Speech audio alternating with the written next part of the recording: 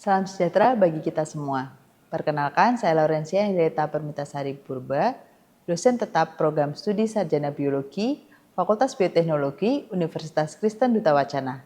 Pada saat ini, saya sedang menyusun dokumen pernyataan diri dosen dalam unjuk kerja Tridharma Perguruan Tinggi untuk program sertifikasi dosen. Pada kesempatan kali ini, saya akan memaparkan salah satu mata kuliah yang saya ampuh, yaitu biokonservasi dengan kode mata kuliah BE1143. Mata kuliah ini wajib bagi mahasiswa semester 3 dengan bobot 3 SKS dengan 16 kali pertemuan tatap muka. Mata kuliah ini bertujuan untuk memberikan pemahaman kepada mahasiswa mengenai prinsip dasar, strategi, dan permasalahan konservasi keanekaragaman hayati, termasuk pendekatan konservasi in situ dan ex situ, serta peran bioteknologi dan teknik biologi molekuler dalam mendukung pelestarian sumber daya hayati. Mahasiswa juga dibekali keterampilan untuk merancang dan mengomunikasikan solusi atau strategi konservasi berbasis data ilmiah dengan mengintegrasikan pendekatan bioteknologi untuk identifikasi, pemantauan, dan pengelolaan keanekaragaman hayati secara inovatif, profesional, dan berkelanjutan. Pembelajaran yang dilakukan berpusat pada mahasiswa dengan berbasis model outcome-based education, dengan luaran salah satunya daftar satwa liar di perkotaan dan status konservasinya. Daftar ini harapannya dapat menjadi salah satu dasar pengambilan kebijakan konservasi. Materi pembelajaran yang diberikan adalah biodiversitas tumbuhan dan hewan, analisis biodiversitas, isu kerusakan lingkungan dan tanggung jawab konservasi, konservasi in situ dan ex situ, peran bioteknologi dalam konservasi, rancangan penelitian biokonservasi, simulasi pengambilan kebijakan biokonservasi, dan kearifan lokal dan peran masyarakat dalam biokonservasi ekosistem. Metode pembelajaran dilakukan bersifat student-centered learning dengan pendekatan transfer knowledge, small group discussion, case study, dan self-directed learning. Penilaian dilakukan melalui aktivitas partisipatif, studi kasus atau praktikum, tugas UTS dan UAS.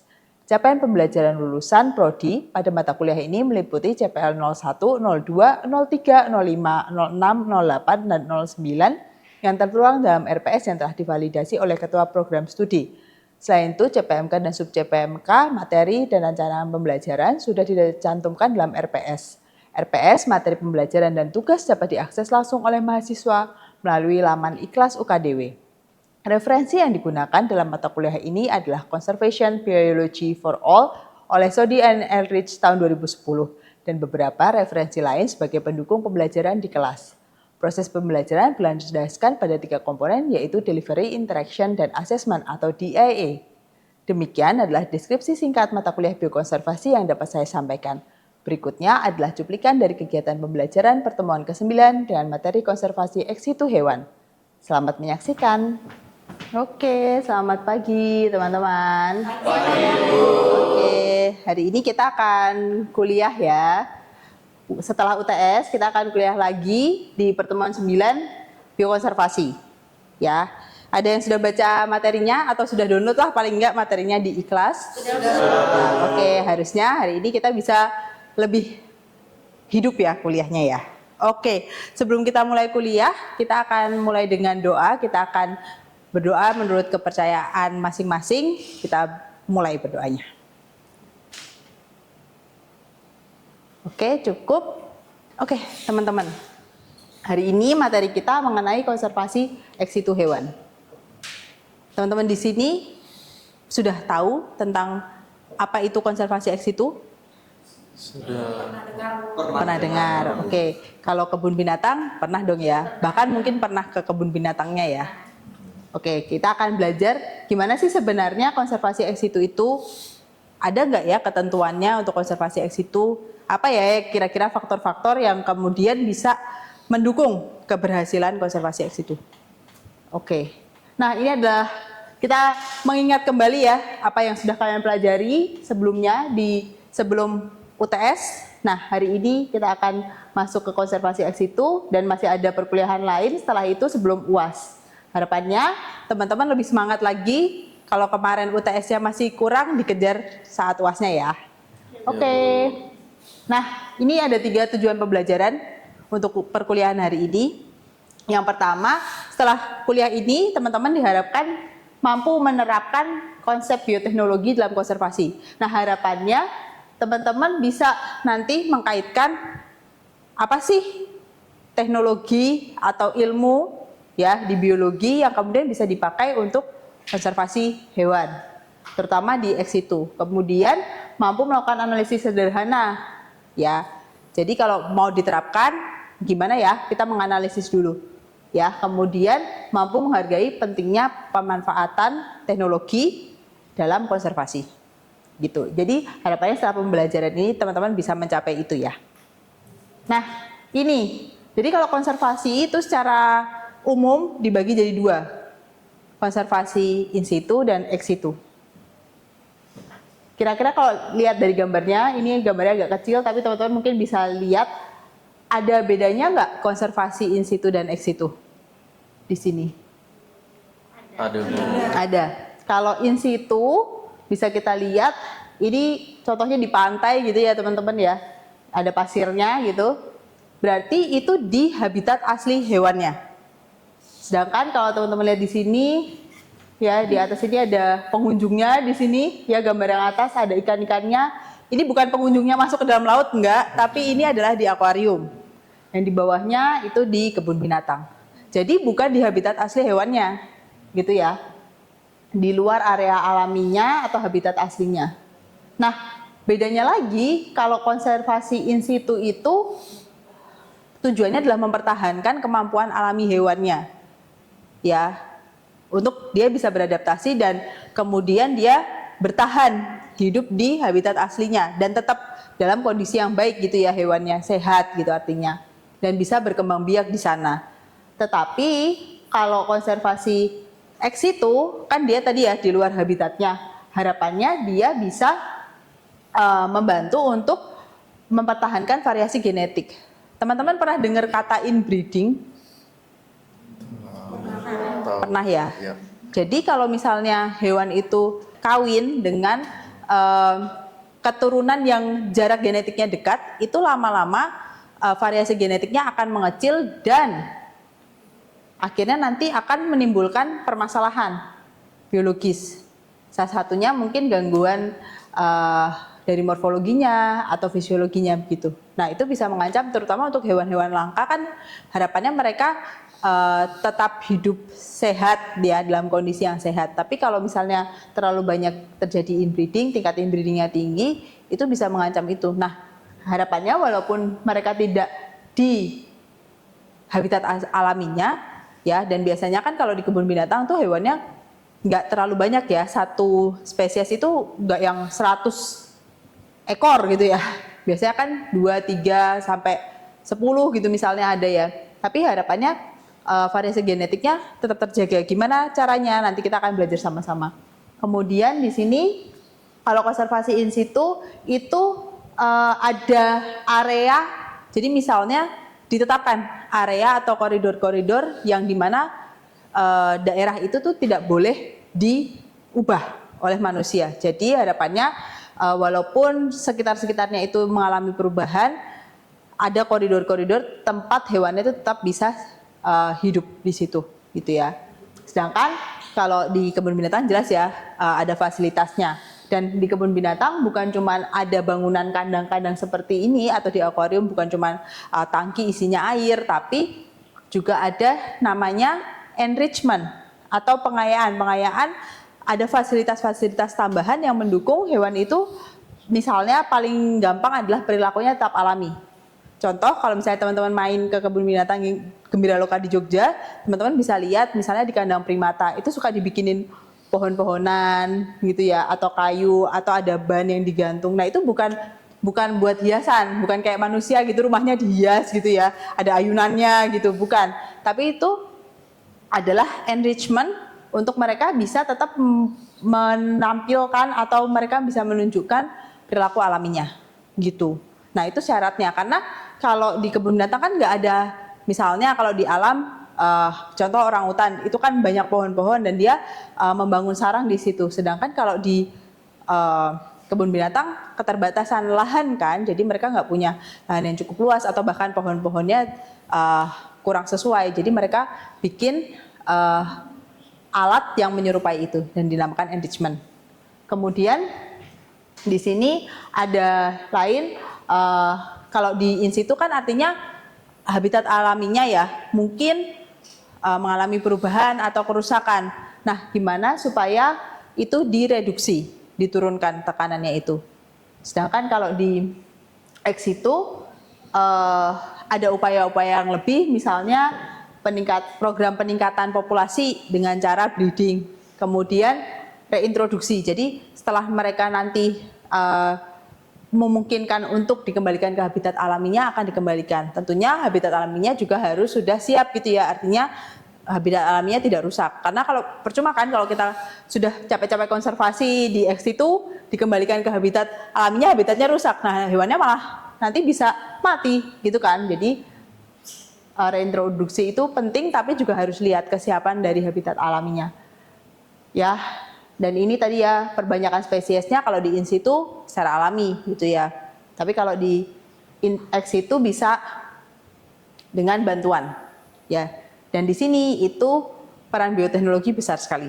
Jadi teman-teman nanti kalau misalnya tertarik di bidang konservasi, mungkin bisa kerjanya membantu di pekerjaan-pekerjaan untuk bantuan reproduksi ya untuk hewan-hewan, terutama hewan-hewan langka. Kemudian ini ada strategi utamanya, kalau in situ nggak cuman hewannya aja, tapi ekosistemnya juga harus dikonservasi. Kalau ex situ itu strategi pendukung sih sebenarnya. Harapannya konservasi itu yang paling utama adalah in situ sebenarnya. Karena ex situ pun ada kelemahan, misalnya tadi ya hewannya mungkin akan mengalami perubahan perilaku karena tidak sesuai dengan habitat alaminya. Gitu. Nah, makanya ex situ ini sebagai strategi cadangan, ya pendukung aja kalau konservasi in situ tidak memungkinkan. Nah, makanya tadi di sini kalau in situ itu bisa mengekspresikan perilaku alaminya karena di alamnya dia, tapi kalau di ex situ sangat bergantung pada pengelolaan. Jadi kalau pengelolaan dari lembaga konservasinya itu tidak baik, ya tidak memperhatikan kesejahteraan hewannya, bisa saja itu malah nanti menimbulkan masalah kesehatan untuk hewannya, ya kesehatan mental maupun fisik untuk hewannya. Gitu. Ini ada contoh-contohnya kalau in situ di Taman Nasional, cagar alam, gitu ya. Kemudian suaka marga satwa, ya, atau langsung di hutannya, ya, atau di misalnya tadi ya kayak penyu itu di lokasinya dia hidup ya di lautnya, dan kalau untuk bertelur di pantai. Tadi kan contohnya tadi mereka lagi mengkonservasi telur penyu gitu ya. Oke, jadi ini adalah contoh-contohnya ya, lembaga konservasi ex situ, ada kebun binatang ya, selain tadi sarana untuk konservasi juga untuk edukasi masyarakat ya, dan juga untuk wisata. Kemudian ada akuarium. Jadi akuarium itu bisa untuk memelihara ya hewan-hewan yang memang akuatik, dan biasanya akuarium ini bukan akuarium kecil-kecil gitu ya, tapi akuariumnya yang besar, dia memelihara hewan-hewan juga yang ukurannya besar gitu. Kemudian ada penangkaran ya, dan ini biasanya penangkaran ini untuk hewan-hewan memang punya status konservasi terancam gitu, terancam punah gitu ya, dan populasinya rentan. Kemudian ini yang tadi bukan organismenya yang kita konservasi, tapi bagian dari organismenya. Itu namanya biobank atau gene bank. Nah, ini sumber dayanya itu nanti material genetik, ya bisa dari sel atau jaringan, gitu. Nah, ini ada gambar, ada 2 gambar teman-teman. Yang gambar atas sama gambar bawah, ini sama-sama di kebun binatang. Kalau teman-teman perhatikan 2 gambar ini, apakah ada perbedaannya yang bisa kalian lihat dari 2 gambar ini? Oke, Damar silahkan. Mungkin ada ya, kan kalau yang di atas tuh kelihatannya kayak gambaran kebun binatang di Jerman dulu gitu, cuma kayak itu kayak beruang ya, terus kayak suruh manjat tiang doang gitu, terus orang-orang ngeliatin aja gitu. Sedangkan kalau yang sekarang tuh mungkin ada kayak upaya-upaya konservasi yang dilakukan juga gitu, supaya hewannya tuh sejahtera gitu. Itu sih mungkin menurutku. Oh ya, bagus banget ya. Jadi ini kalau teman-teman lihat, ini apa sih gambar ini? Ini adalah kebun binatang dan ini beruang tadi yang Damar bilang benar, ini beruang terus dia memanjat tiang gitu ya. Jadi untuk hiburan. Jadi masyarakat zaman dulu ke kebun binatang buat dapat hiburan aja. Hewan yang aneh, unik, nggak ada ditemui mereka di sehari-hari. Terus mereka beratraksi seolah-olah itu adalah manusia gitu ya. Jadi hiburan lucu gitu ya. Menarik gitu. Dan biasanya yang datang ini terbatas. Kalau zaman dulu kebun binatang itu terbatas untuk kalangan tertentu gitu ya. Jadi mungkin yang bisa menikmati itu hanya kalangan tertentu aja. Nah, sedangkan sekarang itu bisa teman-teman kan boleh ya datang ke kebun binatang asal bayar aja gitu ya. Masuk ke kebun binatang gitu ya. Nah, lebih lanjut lagi sekarang ternyata kebun binatang itu juga ada program-program untuk kesejahteraan hewan. Nanti kesejahteraan hewan itu apa kita akan belajar selanjutnya. Tapi kita bisa lihat di sini, ini ada pohon-pohon walaupun di kebun binatang ya, tapi dibuat seolah-olah habitat alaminya. Jadi mendukung hewan itu tetap memiliki perilaku, mendukung perilaku alaminya hewan-hewan itu. Karena tadi habitatnya dibuat semirip mungkin. Gitu. Jadi tadi benar yang Damar sampaikan, ada juga upaya-upaya ini, contohnya dia ngambil sampel untuk disimpan di biobank. Gitu. Jadi ada bedanya kebun binatang zaman dulu sama sekarang ini, ada kemajuan lah untuk konservasi paling enggak. Nah, sampai sini ada pertanyaan dulu. Bu, izin bertanya Bu. Oke, gimana Yohan? Saya kemarin habis dari Suraloka Bu. Oke.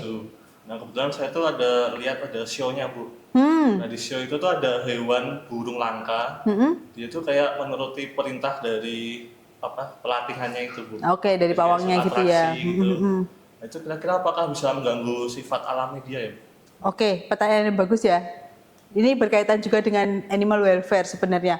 Jadi kalau teman-teman mungkin di sini juga pernah waktu kecil bahkan ya datang ke kebun binatang atau ke akuarium itu lihat show-nya. Ya, sebenarnya itu tuh positif atau negatif sih untuk kesejahteraan hewannya? Itu tergantung lagi dari bagaimana, karena itu kan pasti dilatih ya.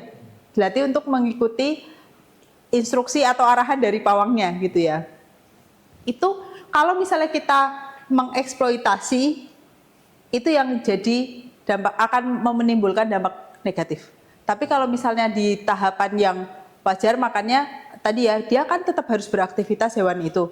Tapi kalau misalnya di tahapan yang di durasi yang memang singkat gitu ya latihannya, kemudian kita kasih reward juga dan nggak ada paksaan, dalam arti misalnya kalau nggak bisa itu dipukul atau kekerasan, nah itu yang mungkin akan tidak mendukung kesejahteraan hewan. Tapi kalau misalnya masih dalam batas-batas tertentu itu masih aman biasanya.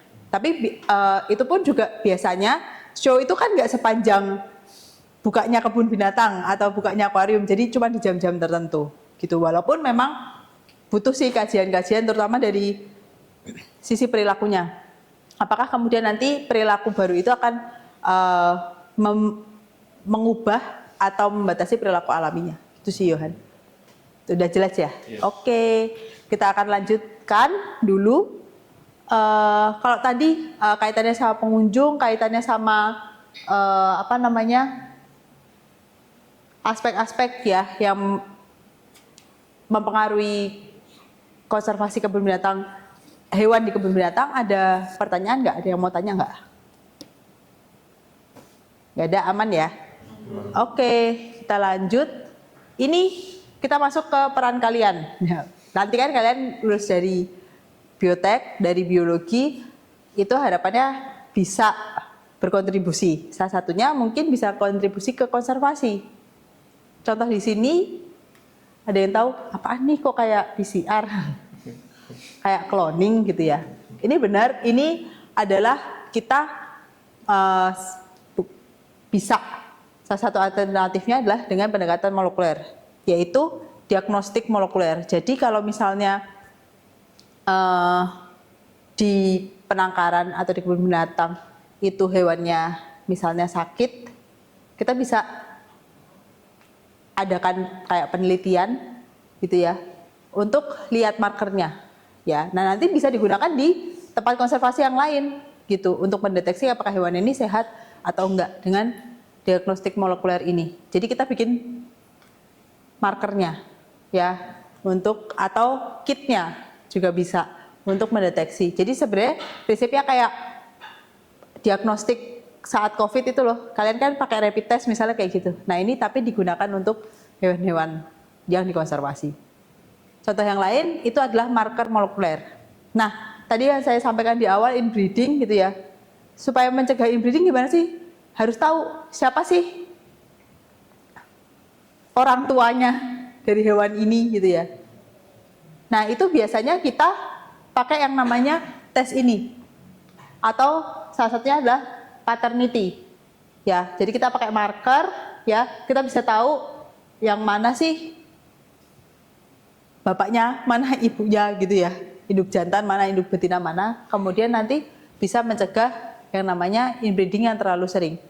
Nah, kebun binatang itu juga sering ada pertukaran koleksi supaya nggak inbreeding. Tapi kalau koleksinya ternyata tetap dekat gitu ya, nah itu makanya perlu, kalau dari morfologi kan susah ya.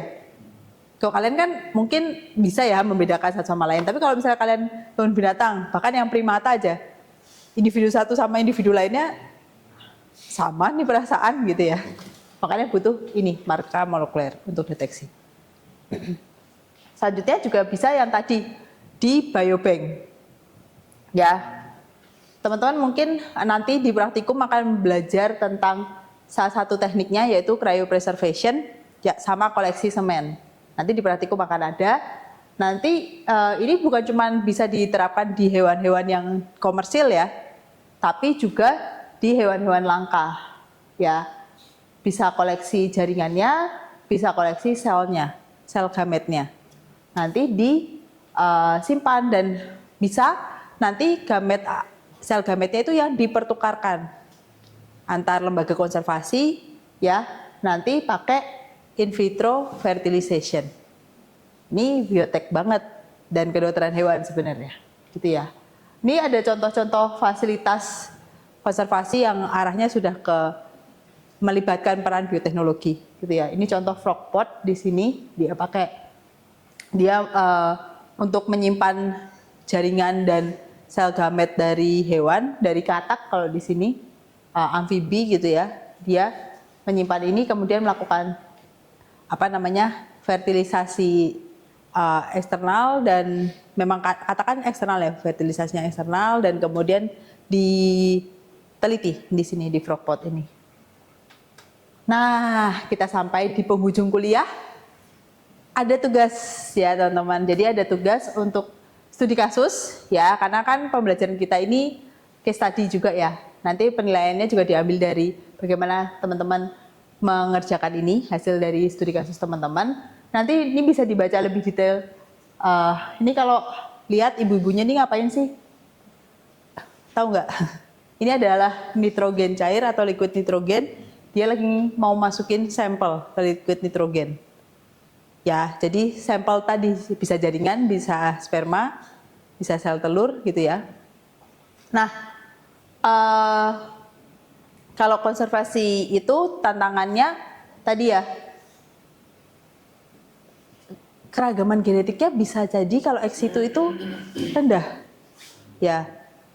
Nah, gimana caranya supaya bisa mengembalikan ke aneka-ragamannya, keanekaragaman genetiknya.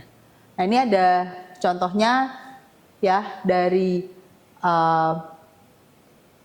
St. Louis Zoo di Amerika Serikat. Dia punya biobank genetik yang namanya CryoZoo. Nah, dia itu mengkonservasi ya, menyimpan material genetik dari hewan langka. Salah satunya serigala Meksiko. Ya, dan dia serigala ini adalah subspesies yang terancam punah. Nah, setiap tahun peneliti-peneliti di St. Louis ini dia menganalisis data genetik ya dari populasi liar, dari populasi di lembaga konservasi, dan di koleksi biobanknya mereka sendiri untuk menentukan pasangan reproduksi mana sih yang optimal untuk menaikkan variasi genetik gitu.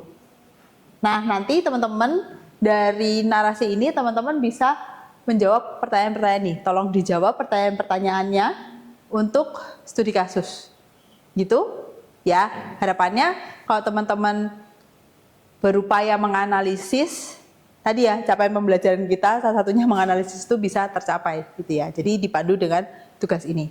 Nah, nanti hasil studi kasusnya bisa dikumpulkan melalui menu tugas yang ada di Ikhlas. Jangan lupa ya. Ada pertanyaan dulu? Bu, saya mau bertanya. Ya, silakan Yudi, gimana? Ya Bu, jadi tadi saya agak tertarik dengan jenis konservasi ex situ. Nah, kurang lebih di situ mungkin tantangan terbesarnya adalah terkait pendanaan ya Bu. Nah, saya sedikit ingin bertanya tentang apakah ada tantangan mayor lain selain pendanaan gitu Bu. Mungkin kebijakan publik yang dilakukan pemerintah atau hal-hal yang mempengaruhinya yang lain lah Bu, seperti itu. Oke, baik. Ya, tadi kan yang kita bahas lebih ke ini ya, pendanaan ya. Bagaimana kalau konservasi ex itu mungkin butuh pendanaan yang banyak gitu ya. Tapi selain itu tadi mungkin bisa teman-teman lihat juga tadi kaitannya dengan kesejahteraan hewan. Kalau hewan yang tadi teman-teman sampaikan, kalau di kandangnya yang lebih besar gitu ya, sama kandang yang kecil-kecil itu kira-kira lebih sejahtera yang mana? Nah, kalau kandangnya yang besar berarti salah satu tantangan lainnya adalah bagaimana saat kita mengkonservasi ex situ itu fasilitasnya punya ruang yang cukup besar. Berarti lahan, ya lahannya cukup atau enggak sih gitu. Berarti itu kaitannya dengan nanti kebijakan juga. Apakah di kawasan tersebut bisa didirikan untuk lembaga konservasi hewannya? Ya, karena mungkin akan ada gangguan untuk lingkungan sekitarnya ya. Misalnya nanti kalau keramaian gitu ya, karena kan misalnya kebun binatang ada wisatawan yang datang kan, berarti kira-kira gimana ya lingkungan sekitarnya kalau misalnya untuk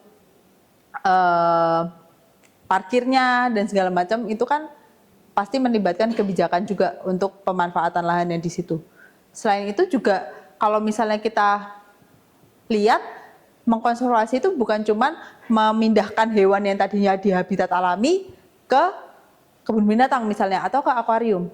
Tapi bagaimana hewan itu bisa sejahtera, ya, dia tidak mengalami stres misalnya seperti itu atau meminimalkan stresnya sehingga nanti bisa bereproduksi juga harapannya. Dan nanti harapannya dia bisa dikembalikan ke habitat alaminya gitu. Tapi kalau tidak memenuhi itu, nanti hewannya misalnya malah tidak sejahtera, stres atau mati bahkan.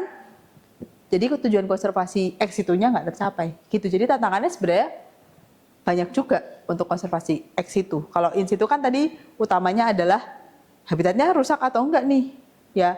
Atau kita kalau misalnya kita pernah membaca-baca itu, kenapa sih kok hewan itu sampai terpaksa harus dipindahkan ke ex situ? Karena misalnya hewannya itu diburu. Kalau dia tetap dibiarkan di situ tanpa ada monitoring, ya habis gitu ya hewannya. Gitu. Gitu Yud, sudah menjawab?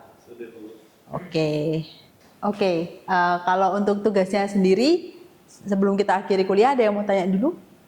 Ibu mau tanya. Oke, gimana untuk Dinda? deadline pengumpulan tugasnya kapan ya Bu ya? Oh iya, ya karena ini kan dikumpulkan di Ikhlas ya. Jadi nanti teman-teman deadline-nya adalah minggu depan sebelum kuliah ini. Jadi teman-teman harus sudah mengupload tugasnya ya sebelum masuk kuliah minggu depan. Itu ya deadline-nya ya, jangan lupa ya. Nanti saya akan tambahkan juga informasinya di Ikhlas. Oke. Kalau sudah tidak ada pertanyaan, kita sudahi kuliah ini. Silakan teman-teman bisa melanjutkan aktivitas lainnya. Terima kasih. Terima kasih Bu.